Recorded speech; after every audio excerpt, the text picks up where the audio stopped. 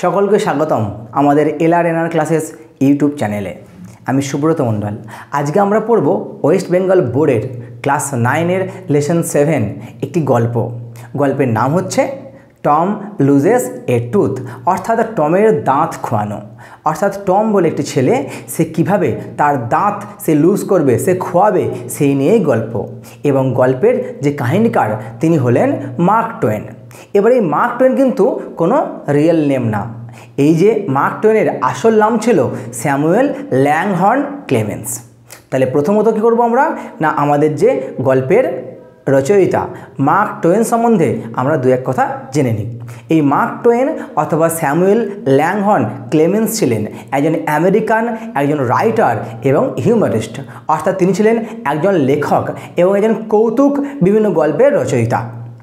তার লেখা বিভিন্ন যে গল্প, যেমন বলতে পারি the adventures of Tom swear, এবং তার যে সিকুয়েল দ্য অ্যাডভেঞ্চার্স অফ হাকেলবারি ফিন লেখার জন্য তিনি কিন্তু বিখ্যাত হয়ে রয়েছেন।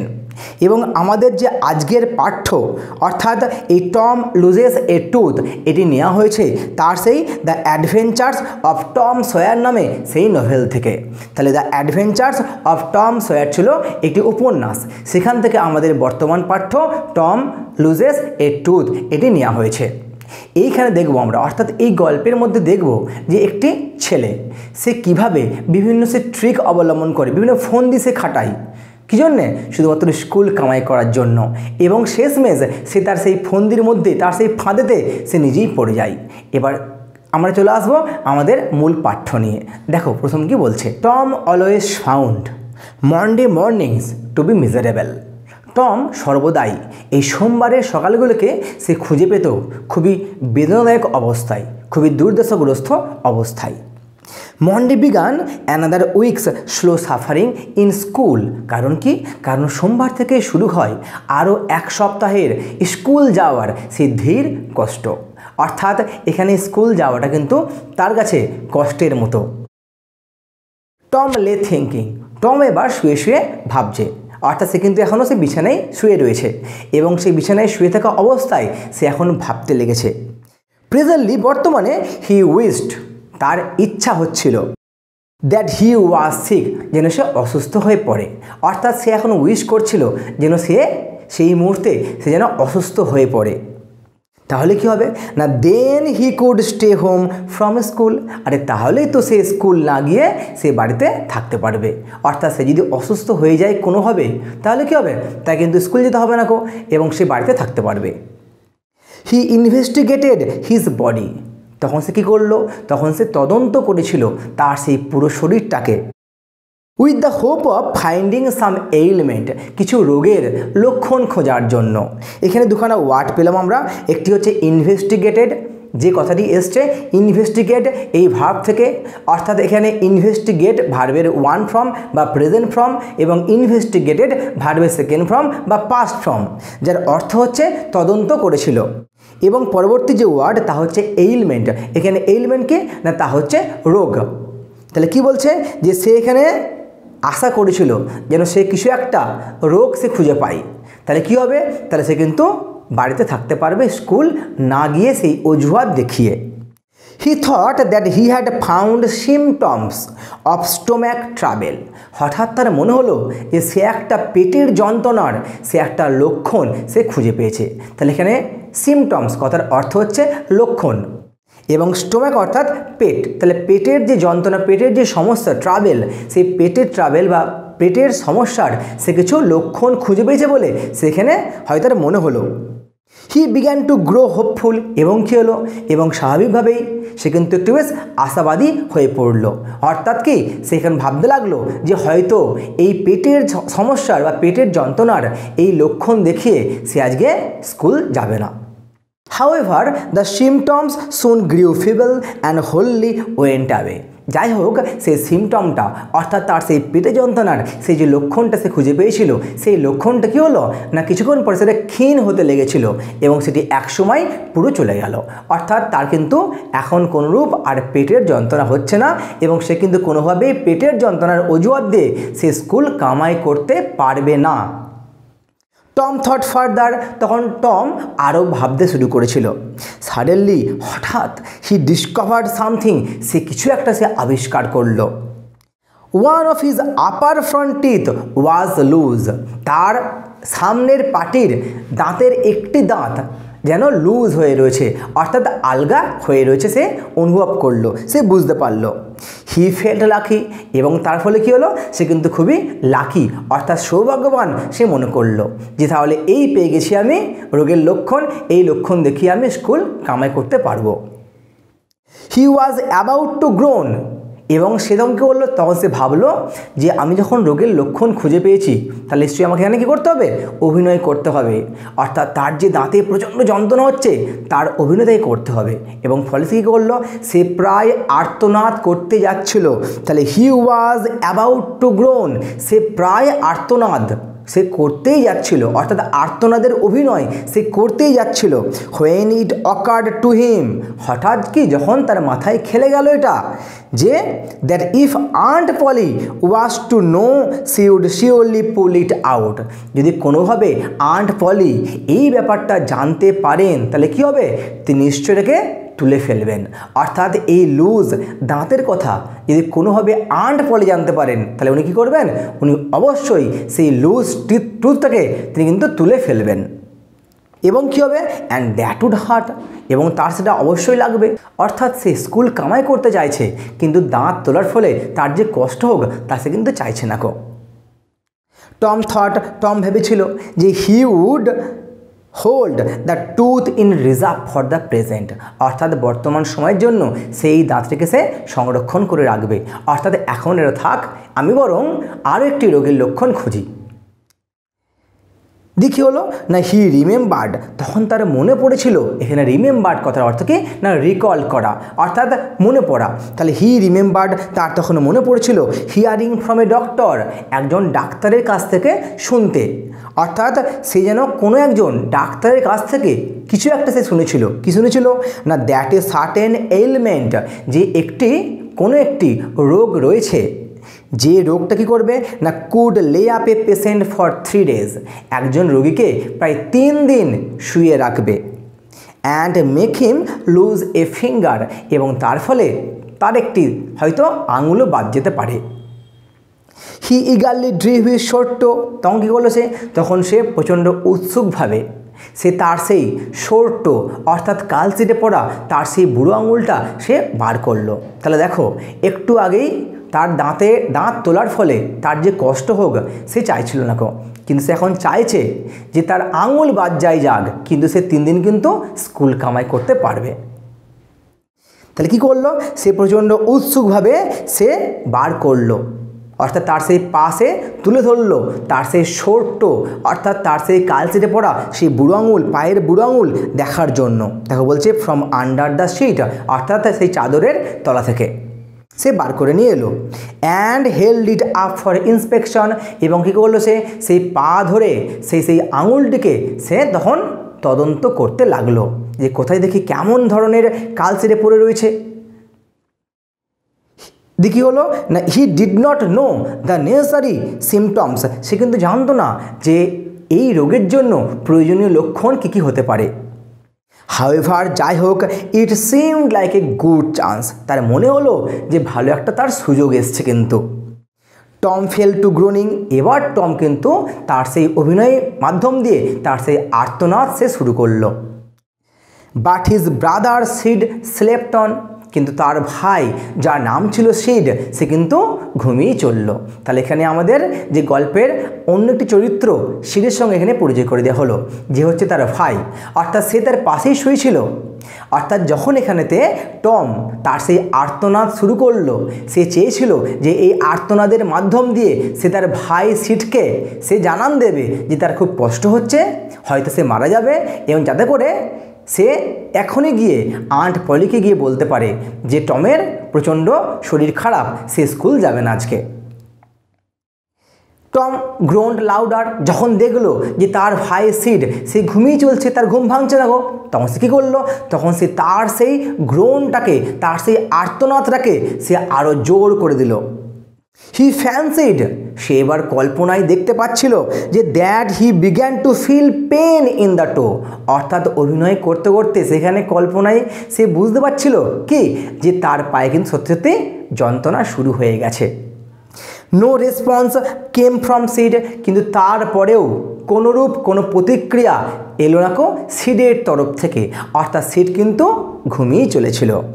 Tom then started a succession of groans, তখন টম কী করলো, তখন বারে বারে খেপে খেপে সে কিন্তু তার সেই আর্তনাদ সে আবার দিল, অর্থাৎ তার যে আর্তনাদ প্রথম সে শুরু করলো, দেখলো ভাই জেগে উঠছে কিনা, আবার থেমে নিয়ে আবার শুরু করলো, আবার সে দেখলো ভাই জাগছে কিনা। তাই এখানে কথা কি লেখা রয়েছে না, টম কি বলছে না দেন স্টার্টেড এ সাকসেশন, এখানে সাকসেশন কথার অর্থ হচ্ছে বারে বারে বা খেপে খেপে সে তার আর্তনাদ সেখানে তুলেছিল।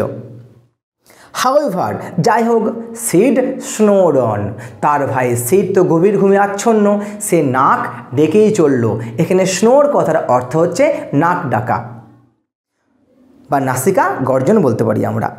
টম বিকেম এক্সাইটেড, টম তখন কী করলো, টম কিন্তু আরও বেশি সে উত্তেজিত হয়ে পড়লো। এখানে এক্সাইটেড কথাটা এসছে এক্সাইট থেকে, তাহলে এক্সাইটেড কথার অর্থ হচ্ছে উত্তেজিত হয়েছিল।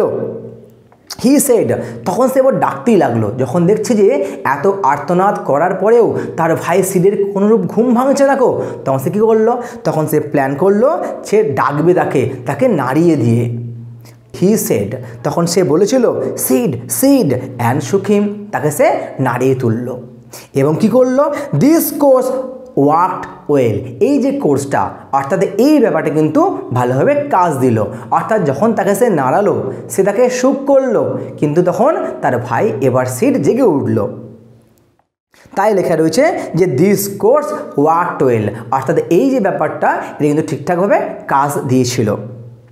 সিড ইয়ন্ড, সিড ঘুম থেকে উঠছে এবং কি করছে, সে হাই তুলেছিল। এখানে ইয়ন্ড কথাটার অর্থ হলো হাই তুলেছিল, তাহলে সিড ইয়ন্ড, সিড হাই তুলেছিল। Then raising himself on his elbow, তারপর সে নিজেকে তুললো, অর্থাৎ সিড তার নিজের শরীরটিকে সে তুললো তার দুই কনুয়ে ভর দিয়ে। স্টেয়ার্ড অ্যাট টম, সে তাকিয়ে রইল টমের দিকেতে, তাই এখানে স্টেয়ার কথার অর্থ হচ্ছে একভাবে তাকানো। টম ওয়েন্ট অন গ্রোনিং, তখন টম কিন্তু তার সেই অভিনয় চালিয়ে যাচ্ছিল, সে কিন্তু আর্তনাদ করেই যাচ্ছিল। তখন সিড বলছে, সিড সেড টম, সে টম টম টম তুমি বলো। নো রেসপন্স, কোনো উত্তর নেই। Here Tom Tom what's the matter Tom, Tom তুমি দেখো এদিকে, টম তোমার কি হয়েছে গো। সিড শুক হিম, তাকে সিড আবার নাড়িয়ে দিল একবার। And looked in his face anxiously, এবং সে তাকালো তার মুখের দিকেতে প্রচণ্ড উদ্বিগ্ন হয়ে, অর্থাৎ সে কিন্তু ভয় পেয়ে গেছে। সে ভাবছে মনে মনে যে তার দাদা টমের এমন কি হলো যে সে এইভাবে আর্তনাদ করছে। ফলে সে কী বলছে, সে কিন্তু প্রচণ্ড অ্যাংশাসলি, প্রচণ্ড উদ্বিগ্ন হয়ে সে তাকিয়ে রইল টমের মুখের দিকেতে। টম মোন্ড আউট, তখন টম একটু উচ্চকণ্ঠে সুর তুলে সে তখন কেঁদে উঠল এবং সে বলে উঠল, oh don't Sid, don't shake me, ও সিড তুমি দয়া করে আমাকে তুমি এভাবে নাড়িও না। হোয়াটস দ্য ম্যাটার টম, এ কেন, তোমার সঙ্গে কী হয়েছে Tom. I must call auntie, আমার না অবশ্যই এখনই আন্টিকে ডাকা প্রয়োজন। নো নেভার মাইন্ড, না কিছু মনে করো না খো, it will be over by and by maybe, হয়তো এটা এইভাবেই সব শেষ হয়ে যাবে। ডোন্ট কল এনিবডি, কাউকে না ডাকার কোনো প্রয়োজন নেই। বাট আই মাস্ট, কিন্তু তো আমাকে অবশ্যই ডাকতে হবে। Don't grown so Tom, it's awful, তুমি না এভাবে তুমি একদম আর্তনাদ করো না, খুব এটা যন্ত্রণাদায়ক। এখানে অফুল কথার অর্থ হচ্ছে বেদনাদায়ক বা যন্ত্রণাদায়ক। How long have you been this way, তুমি এইরকমভাবে তুমি কতক্ষণ ধরে কাঁদছো বা তুমি কতক্ষণ ধরে এইভাবে তুমি কষ্ট পাচ্ছ, তাকে সে প্রশ্ন করলো। বলছে আওয়ার্স, ঘন্টার পর ঘন্টা ধরে। আউচ, উফ, oh don't tire so Sid, ও সিড দয়া করে তুমি আমাকে এইভাবে নাড়িও না কো। ইউ উইল কিল মি, আমি দেখছি তুমি আমাকে মেরে ফেলবে যে। Tom why didn't you wake me sooner, Tom তুমি কেন আমাকে আগে জাগিয়ে তুললে না কো। Oh Tom, you are not dying are you? এ টম, তুমি নিশ্চয়ই মারা যাবে না? তুমি মারা যাবে কি? Don't Tom, oh don't, A Tom দেখো তুমি যেন মারা যেও না, দয়া করে তুমি মারা যেন যেও না। I forgive everybody শিড। তখন পাশ থেকে অভিনয়কে আরও বেশি উচ্চ মাত্রায় নিয়ে গিয়ে তখন টম বলে উঠল, সকলকে আমি ক্ষমা করে দিয়েছি। সিড, টেল দেম সো, সকলকে তুমি বলে দিও এইভাবে। যখনই এরকম কথা শুনল তখন কি হলো, তখন সিড হ্যাড রাস্ট, তখন সিড দৌড়ে গিয়েছিল টু কল হেল্প, সাহায্যের জন্য। সে কিন্তু সত্যি করে ভেবে বসছিল যে হয়তো তার দাদা টম হয়তো মারা যাবে। টমস ইমাজিনেশন, এদিক থেকে আবার টমের যে কল্পনাটা ওয়াজ ওয়ার্কিং পারফেক্টলি, একদম সঠিকভাবে কাজ করছিল। বাই নাও, সেই মুহূর্তে, অ্যান্ড হিজ গ্রোনস, এবং তার সেই আর্তনাদগুলো had gathered a genuine tone, একটা জেনুইন সুর কিন্তু তুলেছিল, অর্থাৎ পুরো পারফেক্ট একটা সুর বা টোন এখানে কিন্তু তুলেছিল। অর্থাৎ ঠিক যেইভাবে প্রচণ্ড কষ্ট হলে যেমন ঠিক আমাদের মুখ দিয়ে আওয়াজ বের হয়, তেমন কিন্তু সেই আওয়াজ বা সুর তার মুখ দিয়ে বেরিয়ে আসছিল। মিনওয়াইল, ইতিমধ্যে Sid flew downstairs, Sid কিন্তু সে নেমে গেল কোথায় না সিঁড়ি বেয়ে নিচের দিকেতে। অ্যান্ড সেড, এবং বলেছিল, ওহ আন্ট পলি কাম, ওহ আন্ট পলি তুমি এসো, টম ইজ ডাইং, টম মারা যাচ্ছে। ডাইং, মারা যাচ্ছে? ইয়েস, হ্যাঁ গো, ডোন্ট ওয়েট, দেখো তুমি একদম যেন ওয়েট করো না, কাম কুইক, তুমি এখনই এসো। হোয়াট রাবিস, কী যাতা বলছিস? আই ডোন্ট বিলিভ ইট, এইসব আমি বিশ্বাস করি না গো। She flew upstairs with Sid and Mary, Tom's cousin. তখন তিনিও কী করলেন, অর্থাৎ আপস্টেয়ার্স, সিঁড়ি দিয়ে তিনি উঠে গেলেন। ঠিক আছে, কার সঙ্গে না সিড এবং ম্যারির সঙ্গে। তাহলে ম্যারি হচ্ছে সিডের কাজিন বা টমের কাজিন বা খুড়তুতো বোন। হার ফেস গ্রিউ পেল অ্যান্ড হার লিপস ট্রেম্বেল, এখানে যখন এরকম কথা শুনলেন আন্ট পলি, তখন কি হলো, তখন কিন্তু তার যে মুখটা পুরো বিবর্ণ হয়ে গিয়েছিল এবং তার ঠোঁট ভয়ে কিন্তু কাঁপছিল যে কি না কি হলো হয়তো এই ছেলেটির। When she reached the bed side, যখন তিনি বিছানার পাশে গিয়ে তিনি পৌঁছালেন, সি গ্যাসড আউট, তিনি প্রায় হাঁপিয়ে তিনি বলে উঠলেন যে Tom what's the matter with you, হে টম বাছা আমার, তোমার কি হয়েছে গো? Oh auntie, I am, oh auntie গো, আমি, আর যেন বলতে পারছে না, মানে সেই অভিনয়টা এখানে এমন মারাত্মকভাবে করছে, সে যেন দেখাচ্ছে যে তার মুখ দিয়ে আর যেন কথা বেরোচ্ছে না এই আই অ্যামের পর থেকে। What is the matter with you child, আচ্ছা বাবা তোমার কি হয়েছে গো? উফ aunty, my toe is paining, ও আন্টি গো, আমার না এই পায়ের বুড়ো আঙুলটা কি যন্ত্রণা করছে। The old lady sank into a chair, আর ঠিক এই কথা শোনার পরে সেই বৃদ্ধা মহিলা অর্থাৎ আন্ট পলি তিনি তার শরীরটাকে এলিয়ে দিলেন একটি চেয়ারের মধ্যে, আর তিনি বসে পড়লেন। সি লাফড এ লিটিল, তিনি একটু হাসলেন, দেন ক্রাইড লিটিল, এবং তারপর তিনি একটু কাঁদলেনও। দেন শি সেড, তারপর তিনি বলে উঠলেন, Tom what a shock you did give me, Tom তুমি আমাকে কি না আঘাতই দিলে। Now shut up the nonsense, তুমি অবশ্যই এখনই বন্ধ করো তোমার এই বাঁধানামা বল দিচ্ছি, and get out of this, এবং তুমি এখান থেকে বেরিয়ে এসো বলছি। দ্য গ্রোন সিজড, এবং সঙ্গে সঙ্গে সেই আর্তনাদ পুরো বন্ধ হয়ে গেল। অর্থাৎ যেই না মাত্র আন্ট পলি তার সেই আন্টি পলি যখন তাকে এইভাবে শাসালেন, তখন কী হলো, তার সেই আর্তনাদ পুরোপুরি বন্ধ হয়ে গেল। দ্য টো পেন ভ্যানিশড, এবং কী হলো, এমনকি তার পায়ের যন্ত্রণাও উধাও হয়ে গেল সঙ্গে সঙ্গেই। Tom felt a little foolish and said, তখন টম হালকা বোকা বোকা অনুভব করলো এবং সে বলল যে aunt Polly, how my tooth aches, উফ আমার দাঁতটা কি যন্ত্রণা করছে বুঝলে তো। The pain is more than that in my toe, এই যন্ত্রণাটা আমার এই পায়ের বুড়ো আঙুলের থেকেও অনেক বেশি। ইয়োর টুথ ইনডিড, তোমার দাঁত সত্যি। What's the matter with your tooth, তোমার দাঁতে কী হয়েছে গো?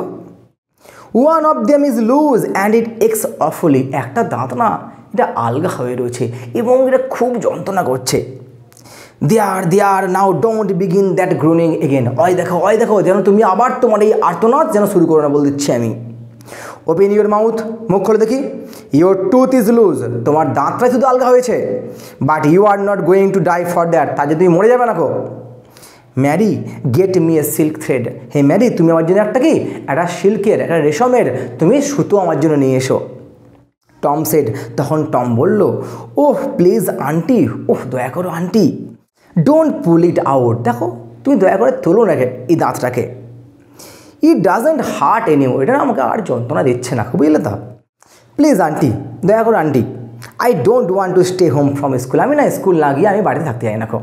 অর্থাৎ সে তার সেই ফোন দিয়ে এবার সে প্রকাশ করে ফেললো সে কেন এত অভিনয় সে করছিল। So all this was because he wanted to stay home from school and go fishing. ও তাহলে সব কিছু তুমি করছো শুধুমাত্র তুমি স্কুল না গিয়ে বাড়িতে থাকার জন্য এবং মাছ ধরতে যাওয়ার জন্য, তাই না? Tom Tom I love you so much, Tom তোমাকে আমি কত ভালোবাসি, and you try to break my heart in every way, এবং তুমি প্রত্যেকটা বার বিভিন্ন পন্থা অবলম্বন করে তুমি আমার হৃদয় ভেঙে দাও। উইথ ইয়োর নটিনেস, তোমার সেই সব দুষ্টুমি দ্বারা।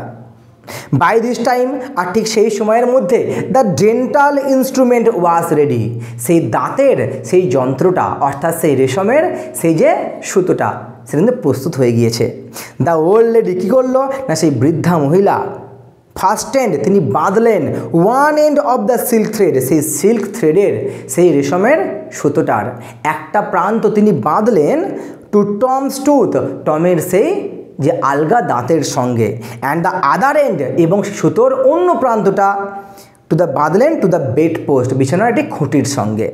সি পুলড তিনি টানলেন, and the tooth hung dangling by the bedpost, এবং কী হলো সেই দাঁতটি উঠে এসে সেটি ঝুলতে লাগলো, সেটি দুলতে লাগলো সেই বিছানার খুঁটিতে।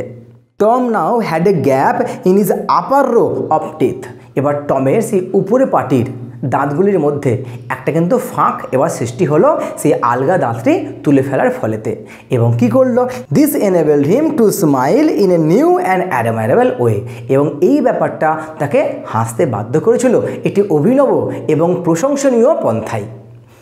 তাহলে এই ছিল আমাদের লেসন 7 টম লুজেস এ টুথ, এই গল্পের পুরো বঙ্গানুবাদ।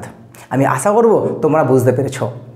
এই লেসন থেকে কোনরূপ এমসিকিউজ, নোটস বা বিভিন্ন ভিডিও পাওয়ার জন্য তোমরা অবশ্যই আমাদের ওয়েবসাইট lrnr.in ভিজিট করো, এবং তার সঙ্গে বলে রাখি সেখানে আমরা বিভিন্ন ক্লাসের বিভিন্ন চ্যাপ্টার ওয়াইজ আমরা এমসিকিউজ, নোটস এবং আমরা ভিডিও দিচ্ছি। ধন্যবাদ।